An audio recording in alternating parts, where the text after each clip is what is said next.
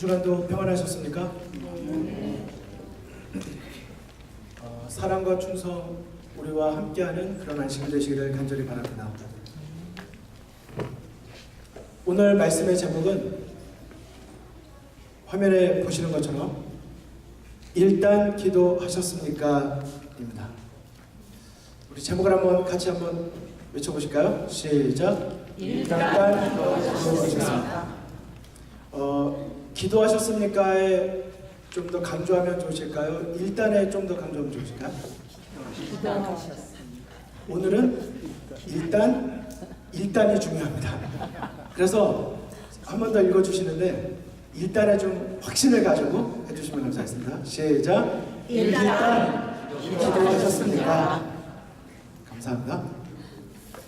오늘은 사도행전 12장에 나타난 1절부터 기록된 야고보의 순교와 베드로의 감옥에 갇히는 사건 속에서 우리의 신앙생활 속에 기억해야 될 한 가지 원칙을 다시 한번 돌아보고자 합니다. 오늘 말씀은 성경 본문으로 1절부터 12절까지 먼저 읽고 말씀을 함께 나누도록 하시겠습니다. 사도행전 12장 1절부터의 말씀인데요. 성경책도 펴주시고 혹은 스크린에 나타난 성경절을 같이 보아주셔도 되겠습니다. 낭독은 제가 하도록 하겠습니다. 그때에 헤롯 왕이 손을 들어 교회 중에서 몇 사람을 해하려 하여 요한의 형제 야고보를 칼로 죽이니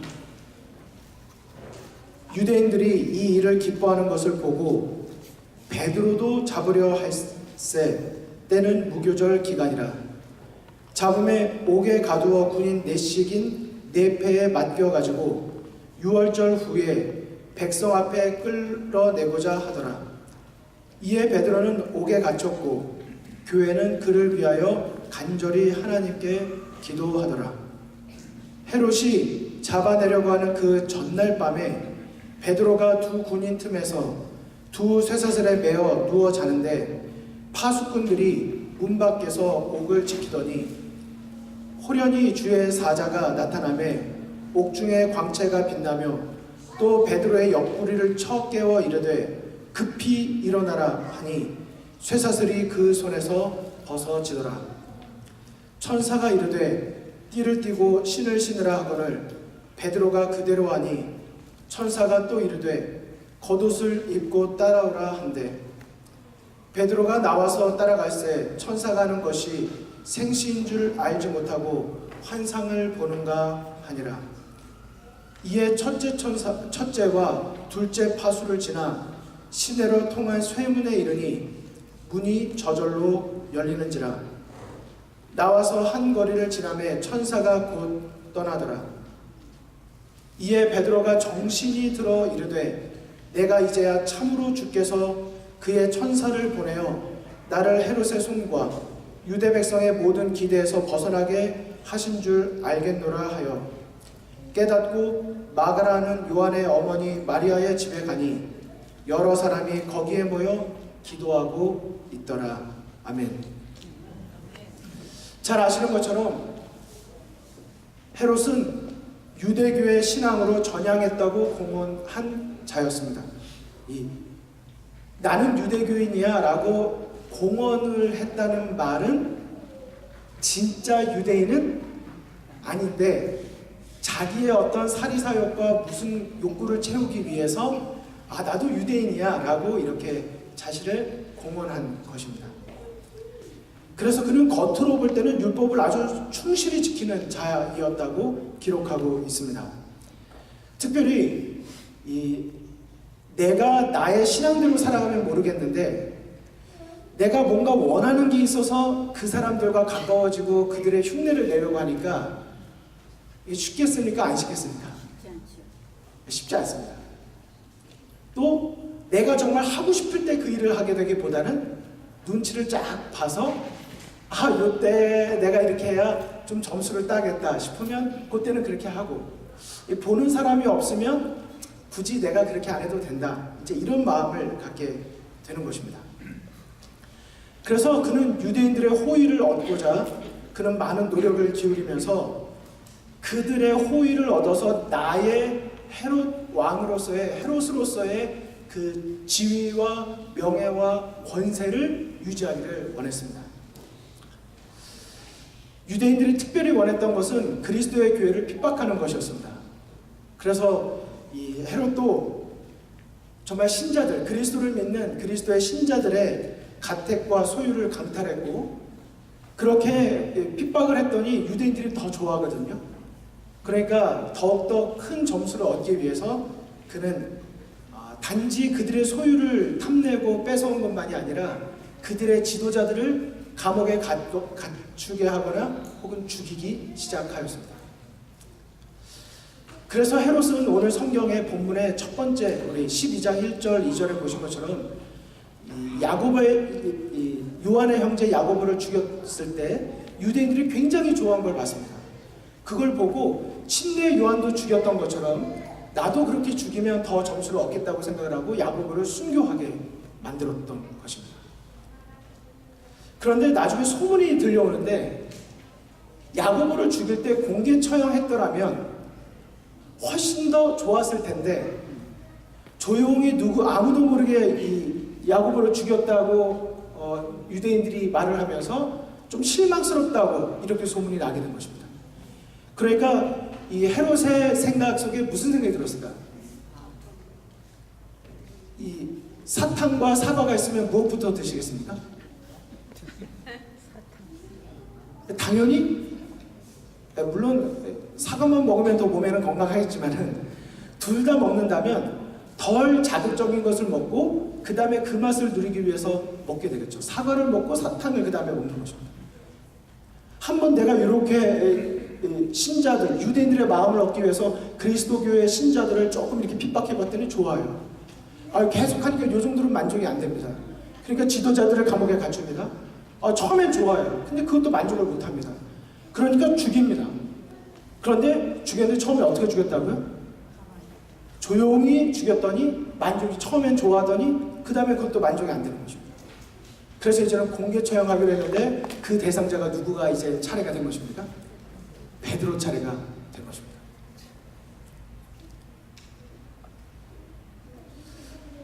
이렇게 베드로가 정말 그들에게 있어서 그 초대교회 시대에 있어서는 가장 정말 신앙의 버팀목 같은 존재였던 베드로가 감옥에 갇혔다고 했을 때 그 신자들의 반응은 무엇이었을까?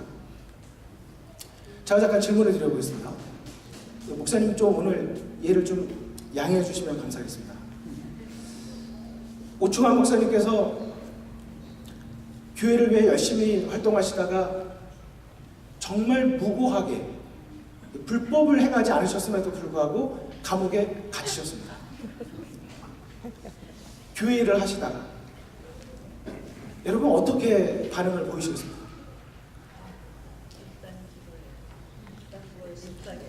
네, 오늘 너무 제목에 연연하지 마시고 생각해 주시면 감사하겠습니다. 제목 못 듣고 설교 들으시는 것처럼.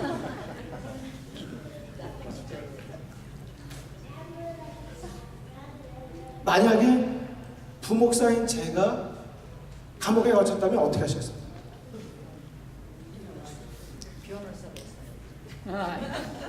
만약에 뭐 담임 목사님, 부목사 상관없이 우리 교회에 나랑 평상시 조금 껄끄러웠던 분이 감옥에 갇히시면 어떻게 먼저 반응하시겠습니까? 이런 거는 잘 안 와닿는다 싶으실 때는 옆에 분을 보시면 좀 마음에 와닿으실 수도 있어요. 나랑 정말 가까운 뭐 목회자도 아니고 수업자님도 아니고 나랑 관계가 안 좋은 분도 아니고 나랑 정말 너무나도 가까운 분이 하나님의 일을 하다가 감옥에 갇혔습니다. 어떻게 하시겠습니까? 누구의 책임인가? 무엇이 원인인가? 그의 과거를 돌아보고 주변을 돌아보시겠습니까? 우리가 정말 그런 순간에 해야 될 것이 있다면 무엇일까요? 사도행전 12장에 기록된 이 베드로가 감옥에 갇혔을 때, 특별히 오늘 말씀해 보면 천사가 그를 깨웠을 때는 언제라고 정확히 기록되어 있었습니까? 내일이면 사형에 처할 바로 그 운명적인 전날 밤, 바로 그 순간, 가장 위급한 그 순간에 5절이었죠. 이에 베드로는 옥에 갇혔고 교회는 그를 위하여 뭐 했다고요? 간절히 하나님께 기도하였더라라고 말했습니다. 여기 교회는 그를 위하여 간절히 기도하였더라 하였는데, 여기서 말하는 기도는 당연히 건물 교회가 아니라 교회를 이루는 성도들을 말하고 있는 거죠. 우리는 너무나도 익히 잘 알고 계시는 이 성경의 본문 속에서 우리 신앙생활 속에서 너무나도 기초가 되는 너무나도 중요한 한 가지 원칙을 발견하게 됩니다. 우리에게 문제가 생겼을 때 일단 기도해야 한다고 하는 사실입니다.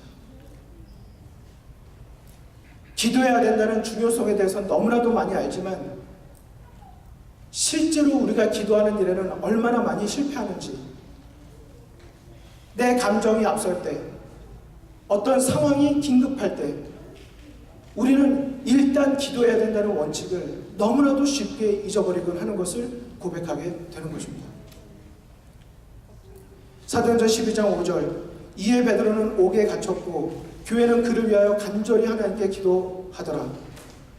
여러분, 이 간절히 기도하더라 다음에 나타난 성경의 사건이 무엇이었습니까? 베드로가 구출되는 사건이었습니다. 그리고 12절에 기록되기를 여러 사람이 거기에 모여 여전히 그를 위하여 기도하고 있었다고 말한 것입니다. 그들이 모여서 한 기도는 그냥 일반적인 간구의 기도가 아니었다고 살아남는 이들 293쪽은 우리에게 더 정확한 내용을 알려주고 있습니다. 한번 보실까요? 살아남는 이들, 그 다음입니다. 그 다음입니다. 베드로의 사형 집행이 지연되는 사이에 그리스도의 교회는 자신들을 깊이 반성하고 간절히 기도할 시간을 가졌다. 탄원과 눈물과 금식이 병행되었다. 신자들은 쉬지 않고 베드로를 위하여 기도하였다. 베드로는 그리스도의 사업에 없어서는 안 될 사람이라고 생각하였으며 이제 하나님의 특별하신 도움이 없으면 그리스도의 교회가 없어져 버릴 지경에 이르렀다고 생각하였다. 베드로의 사형 집행 날짜가 드디어 결정되었다. 그러나 아직도 신자들의 기도는 하늘로 향하고 있었다. 여러분 아멘이십니까? 네. 그들은 베드로가 감옥에 갇혔을 때 베드로를 위해서 기도하였습니다. 어쨌든 일단 기도하였습니다.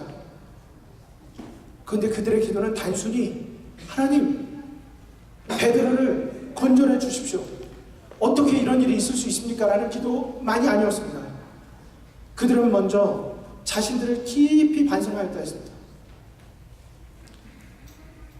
그들은 간절히 기도할 시간을 가졌을 뿐만 아니라 쉬지 않고 탄원하고 눈물과 금식으로 그들의 간구를 하나님께 아뢰었다고 말했습니다. 제가 이 구절을 볼 때 조금 이해가 됩니다. 제가 저희 집사람이 둘째 아이를 낳을 때 자연분만해서 낳습니다. 저희 셋 중에 딱 둘째만 자연분만해서 낳습니다. 근데 임신을 하고 있었던 뭐 이렇게 상황 속에서 저는 이제 그때 합회 행사가 있어가지고 그 모임에 참석하고 있는데 저녁이 됐는데 진통이 지금 온다고 이야기를 합니다. 여러분 남편의 입장에서 진통이 온다면 무슨 생각이 들까요? 아무 생각이 안 듭니다. 하던 일을 멈추고 당장 달려갈 생각밖에는 생각이 없어요. 내가 지금 뭐 이걸 해야 되나 말아야 되나 이런 생각이 아니라 내 몸이 그냥 하던 일 멈추고 죄송합니다. 전 지금 가야 됩니다 하고 그냥 가는 거예요. 일단 가는 겁니다. 그리고 갔습니다. 저는 좀 빨리 뭐 자연분만하는 거 처음 또 옆에 있었기 때문에 뭐 얼마나 걸릴지도 모르는데 저는 그 진통하는 게 그렇게 힘든 건지 몰랐어요. 솔직히 지금도 경험해보진 않았지만 사실 내가 뭘 해줄 수 없는 게 더 힘든 것 같아요. 아싸리 내가 뭘 할 수 있으면 모르겠는데, 그렇다고 진짜 제가 그 고통을 겪고 싶은 건 또 아닙니다. 사람 마음이 참 신기해요. 근데 막 배가 아프다고 누워가지고 막 이러는데 그 의사 선생님께서 배를 이렇게 좀 문질러주고 이렇게 해줘야 된대요. 근데 누워있는데 뭐 바르게만 누워있는 게 아니더라고요. 옆으로도 누워야 되고 이쪽으로도 누워야 되고 뭐 자세를 계속 바꿔야 되더라고요. 근데 자세가 이쪽으로 이렇게 위를 쳐다보고 있으면 참 이게 좀 쉬운데, 저쪽으로 있거나 저를 보고 있으면 이 각도가 잘 안 나와요. 막 이렇게 했다가 막 이렇게 했다가 이렇게 했다가 이게 막 이렇게 해야 됩니다. 근데 그러면 너무 힘든 거예요. 그러니까 저는 아이들을 아빠들이 안고 있으면 아빠는 자기 자녀를 안고 있을 때 안 힘든 줄 알았어요. 근데 첫째를 낳고 밤에 잠을 안 자는데 그 아이를 안고 자자 내려놓으면 기가 막히게 알아서 등이 탁 닿는 순간 벌써 울고, 그 다시 들어오면 너무 얄밉게 또 금방 탁 이렇게 울음 멈추고. 그럼 너무 저도 피곤하고 힘들더라고요. 제 아이인데도 육체도 힘들고, 아내가 아이를 낳는데도 제가 남편인데도 그 일을 하면서도 힘든 거예요. 그러니까 처음엔 이거 좀 빨리 나왔으면 좋겠다, 이 생각으로 막 있다가도 시간이 조금 지났는데요, 7시에서 한 9시쯤 병원 갔나 이렇게 됐는데 새벽 2시, 3시 막 넘어갔는데도 아이가 안 나오니까 전 벌써 몇 시간째 지금 이러고 있는 겁니까? 뭐 지금 5시간, 6시간 막 계속 이러고 있는 거예요. 근데 새벽 1시, 2시 막 넘어가는데 제가 지치는데요, 기도가 나오더라고요. 근데 무슨 기도가 나오는지 맞추실 수 있으신가요? 많이 나오게. 예? 많이 나오게. 일단 나오게 하소서. 아니, 목사님 아닙니다. 일단 나오게 하소서 아닙니다. 혹시 또 있으십니까? 안 아프게 하소서. 아닙니다. 이게요, 참 신기합니다. 하나님, 어떻게 좀 빨리 해결해 주세요, 이런 기도가 나오는 게 아니고요, 하나님, 제가 뭘 이렇게 잘못했죠? 이렇게 제 마음속에 하나님, 제가 지금 기도를 드리는데 응답이 안 되니까 혹시 기도가 응답되지 않을 제 속에 어떤 아직도 제가 버리지 못한 내 속에 어떤 숨겨진 죄악이 있지 않을까. 글쎄요, 아이의 출생을 놓고 제가 너무 비약했는지 모르겠지만 실제 제 마음에 그런 기도가 나오더라고요. 하나님, 이제는 기도를 들어주시는데요, 제가 혹시 이번 기회를 통해서 회개하지 못한 거 있으면 지금 회개합니다. 하나님, 제발 좀 들어주세요. 저는 이 베드로를 위해서 중보기도하기 위해 온 교회 성도들이 모여서 기도했다고 했을 때 그들의 기도는 정말 순수한 참기도였다고 생각합니다. 왜냐하면 하나님, 우리 기도합니다, 들어주세요가 아니고 하나님, 기도합니다. 근데 정말 하나님께서 응답하실 만한 우리가 준비가 되어 있는지, 하나님, 우리가 우리 자신을 돌아봅니다. 놀랍게도 그들의 기도가 그냥 단순한 간구의 기도가 아니라 금식과 탄원과 함께 자신들의 죄를 회개하는 기도가 올려졌을 때 하늘이 움직이기 시작합니다. 오늘 읽은 이 12절의 이 본문이 아주 일반적으로 우리가 잘 알고 있는 본문 같지만 가만히 다시 돌아보면 우리에게 엄청난 메시지가 있습니다. 문제가 닥치면 일단 기도해야 합니다. 이유가 있어요. 2가지 이유가 있습니다. 기도하지 않으면 하늘이 움직일 수가 없습니다. 제가 오늘 이걸 가지고 올라왔잖아요. 근데 지금 제가 이거 사용 안 하고 있지 않습니까? 왜 안 하고 있을까요? 깜빡 잊었을까요? 쓸 수가 없습니다. 그게 지금 뭔지 모르는 사람. 이게 뭐냐면 감사합니다. 이게 뭐냐면 저기 있는 컴퓨터에 제가 슬라이드쇼 준비한 걸 저기 넣어놓고 이걸로 제가 다음 누르면 알아서 넘어가는 것입니다. 그리고 이게 포인터도 되고 이렇게 뭐 색깔도 내고 이렇게 넘기는 기계입니다. 프리젠터 이렇게 하는 겁니다. 그런데 이게 작동하려면 여기 지금 구멍이 나 있는데요. 여기서 하나를 빼가지고 저기에다가 리시버라고 그걸 꼽아놔야 됩니다. 그러면 제가 여기서 띡띡 눌렀을 때 그게 이 주파수가 맞아가지고 작동이 되는 거예요. 제가 지난주에 이걸 사용하고 리시버를 꼽아놓고 이거를 그냥 집으로 가지고 갔습니다. 그리고선 새벽기도, 일요일날 새벽기도 왔다가 어이구 내가 그걸 놓고 갔지 하고 그걸 챙겨왔어요. 그리고 집에서 올 때는 이것만 가져온 것입니다. 이해되시죠? 지금 교회를 왔다 갔다 하는 동안에 같이 쌍으로 가지고 다녀야만 작동이 되는 것을 하나 가지고 가면 하나 놓치고 하나 놓고 오면 하나 갖고 오고 아무 쓸모가 없습니다. 하나님께서 우리를 위해 모든 걸 준비해 놓고 계신다 하더라도 우리가 기도를 통해서 하나님 앞에 줄인 심령과 산 믿음을 가지고 우리가 하나님께 우리의 마음을 드리지 않으면 하나님께서 아무리 더 준비하셔도 우리를 위해 움직이실 수가 없는 것입니다. 사도행전 12장 6절, 5절 말씀 이후에 7절, 8절, 9절, 10절 나중에 보십시오. 다 등장하는 내용이 천사가입니다. 그리고 나서 그 다음에 나오는 내용이 그것입니다. 그들이 하나님께 그러한 줄인 심령으로 기도를 드렸을 때 하나님께서 천사를 보내셔서 그들의 기도에 응답하시는 장면을 보게 되는 것입니다. 하나님께서 왜 때때로 우리에게 궁지에 몰아넣으실까요? 우리 좀 평탄한 길로 인도하시면 참 좋겠는데 때때로는 왜 우리가 이렇게 어려운 처지에 있도록 허락하실까요? 여기 조금 더 살아남는 이들 293쪽에 보시면 이렇게 기록이 되어 있습니다. 신자들이 모든 정력과 동정을 기울여 간절히 탐원하는 그 다음 뭐라고 되어 있습니까? 다시 읽겠습니다.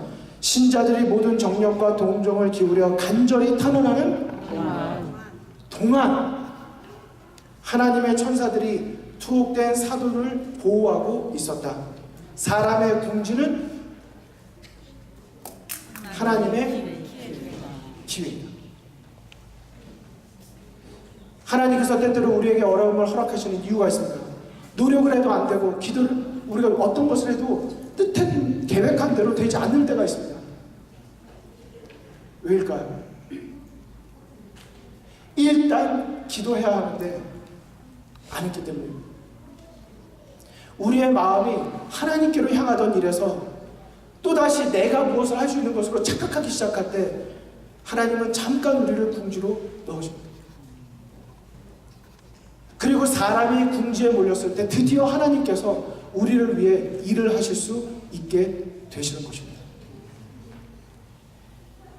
기도하는 동안 하나님께서는 천사를 보내셔서 베드로를 돌보셨다.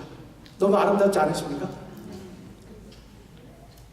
내가 기도하지 않았음에도 불구하고 안전했다면 어쩌면 내가 안전하게 보호되는 동안 누군가가 나를 기도했다고 우리는 생각할 수 있어야 되지 않으시겠습니까? 재미있는 건 그 다음 성경절입니다. 그들의 기도는 열정적인 면에 있어서는 뜨거웠지만 또 회개하는 심령으로 기도했던 건 사실이지만 사실 그들의 기도는 조금 부족함이 있었어요. 우리 성경절 보시면 바로 사진 하나 보실까요?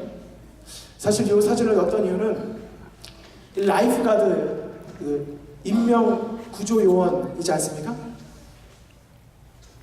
저는 그 자격증이 없습니다. 저는 수영을 그렇게 잘하지 못하는데 수영을 정말 잘하는 라이프가드를 일단 몇몇 분들을 제가 만났습니다.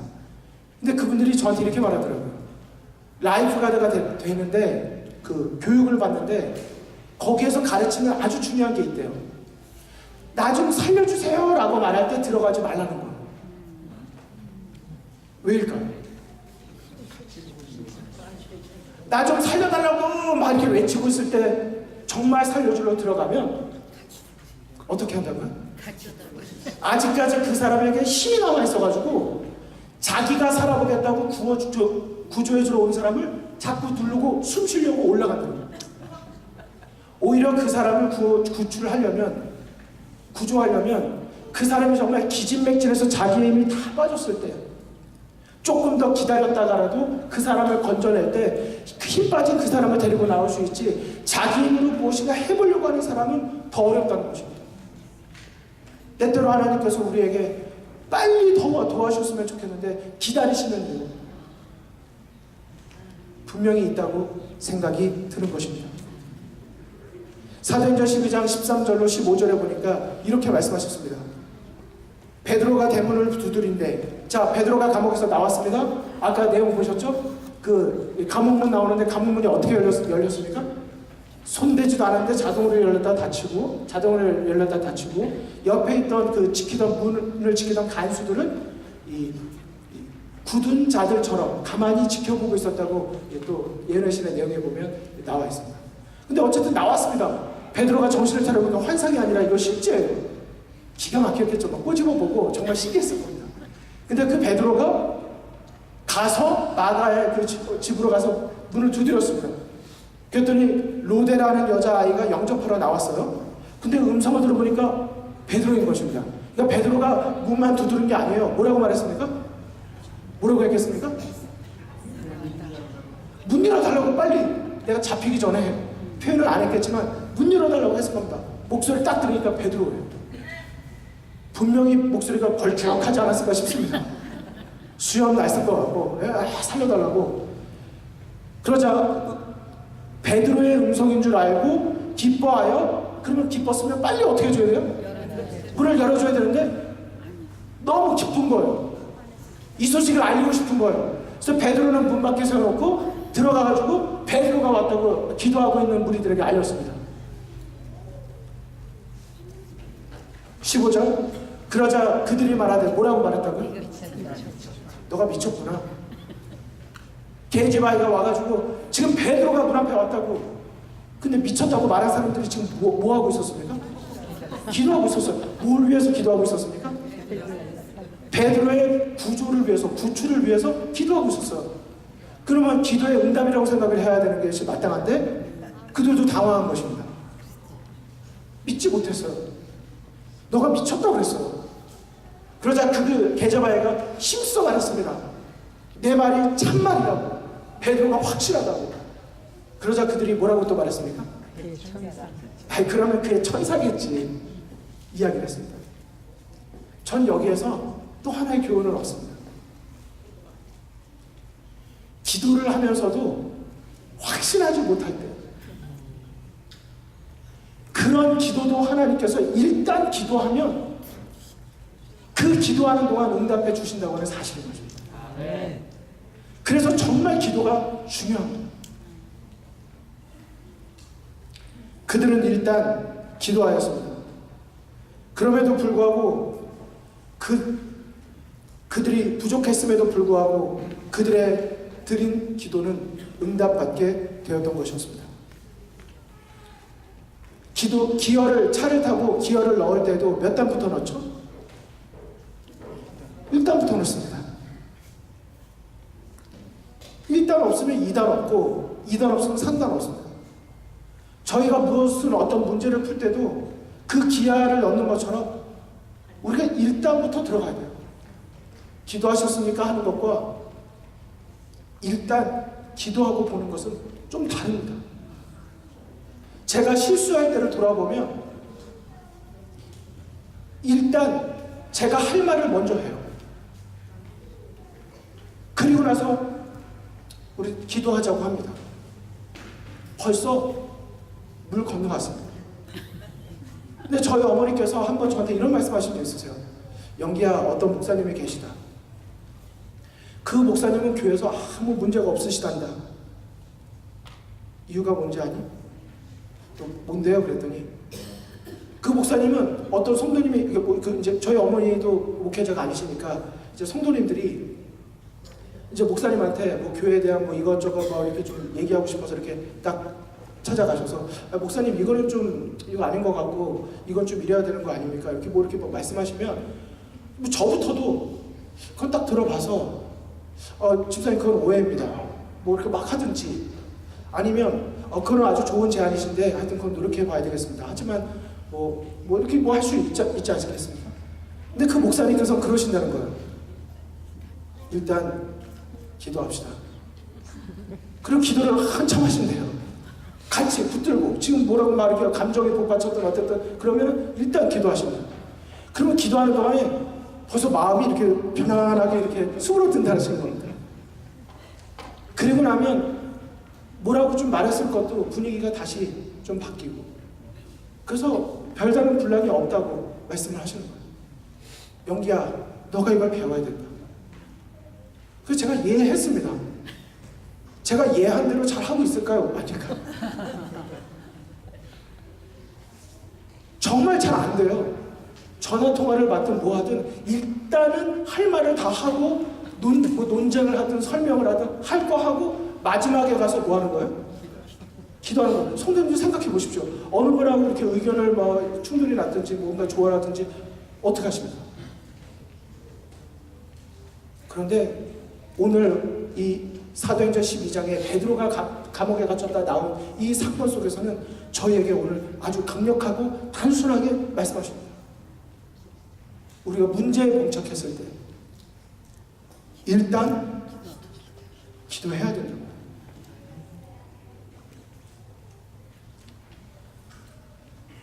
정로의 계단 94, 95조 아시죠? 기도의 특권이라고 하는 장. 기도의 중요성, 기도의 의무, 많은 말로 표현할 수 있었을 텐데 기도의 특권이라고 하였습니다. 그 내용을 잠시 읽어드리도록 하겠습니다. 기도는 전능하신 자의 무한한 자원을 쌓아둔 하늘 창고를 여는 믿는 자의 수중에 있는 열쇠 이것만 하나님의 자녀들은 어찌하여 기도하기를 싫어하는지.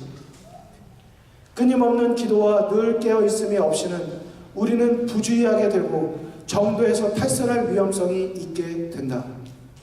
대적 마귀는 우리가 열성 있는 간구와 믿음으로 시험을 이길 만한 은혜와 능력을 얻지 못하도록 하기 위하여 은혜의 보좌로 가는 길을 막으려고 끊임없이 애쓴다. 하나님의 은혜의 보좌로 나아가는 것이 기도이건만 사단은 끊임없이 하나님 앞으로 나아가지 못하게 하기 위해서 그는 기도하는 일을 못하도록 방해한다고 말하고 있는 것입니다. 제가 얼마 전에 이 사무엘상 25장, 26장, 27장 이렇게 내용을 이렇게 다윗에 대한 내용을 이렇게 읽는데 거기 보면 다윗이 사울에게 쫓기다 못해가지고 어느 나라로 어느 민족에게로 도망을 갔습니까? 블레셋에게 갔습니다. 아시죠? 처음부터 이 다윗이 사울에게 쫓기다가 내가 블레셋을 향해서 도망가면은 나를 못 찾을 거야 하고 갔을까요? 아니요.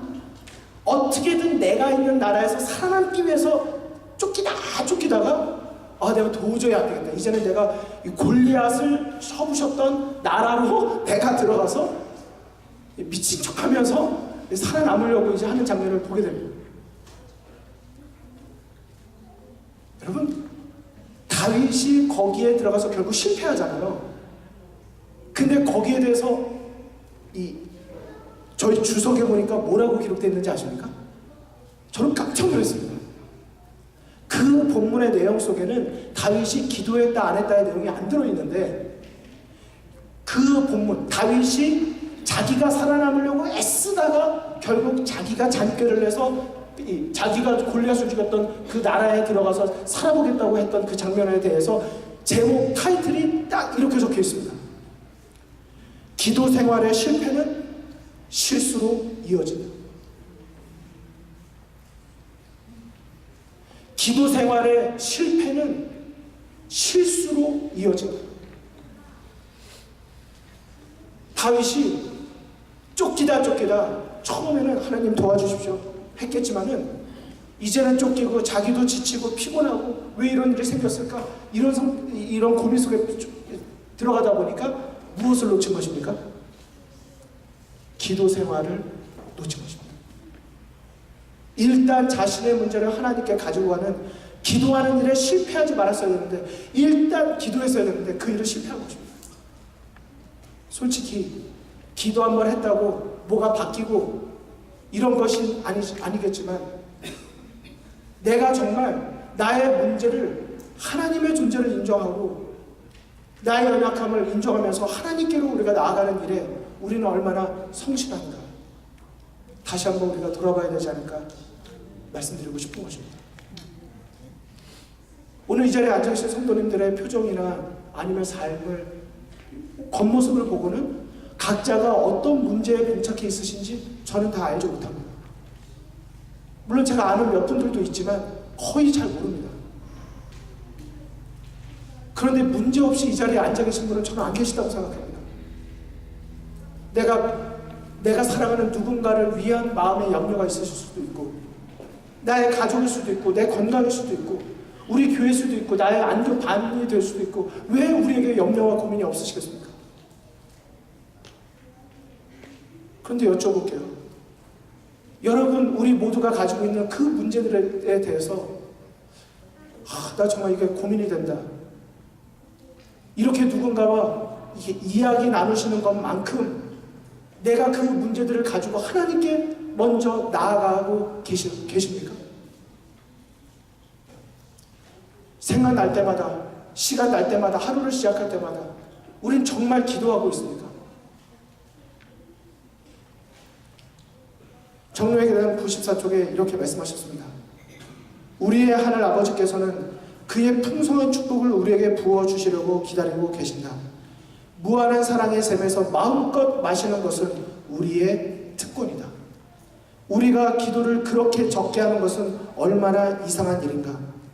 하나님께서는 당신의 자녀 중에 아무리 비천한 자라도 진정으로 하는 기도를 들으시려고 고대하시고 기뻐하시지만 우리들은 우리의 소원을 하나님께 고하기를 매우 싫어한다 라고 말하면서 오늘 다시 한번 우리가 가지고 있는 문제들을 홀로 고민하고 짊어지기보다는 일단 기도함으로 하나님께 나아가기를 초청하고 계신 것입니다.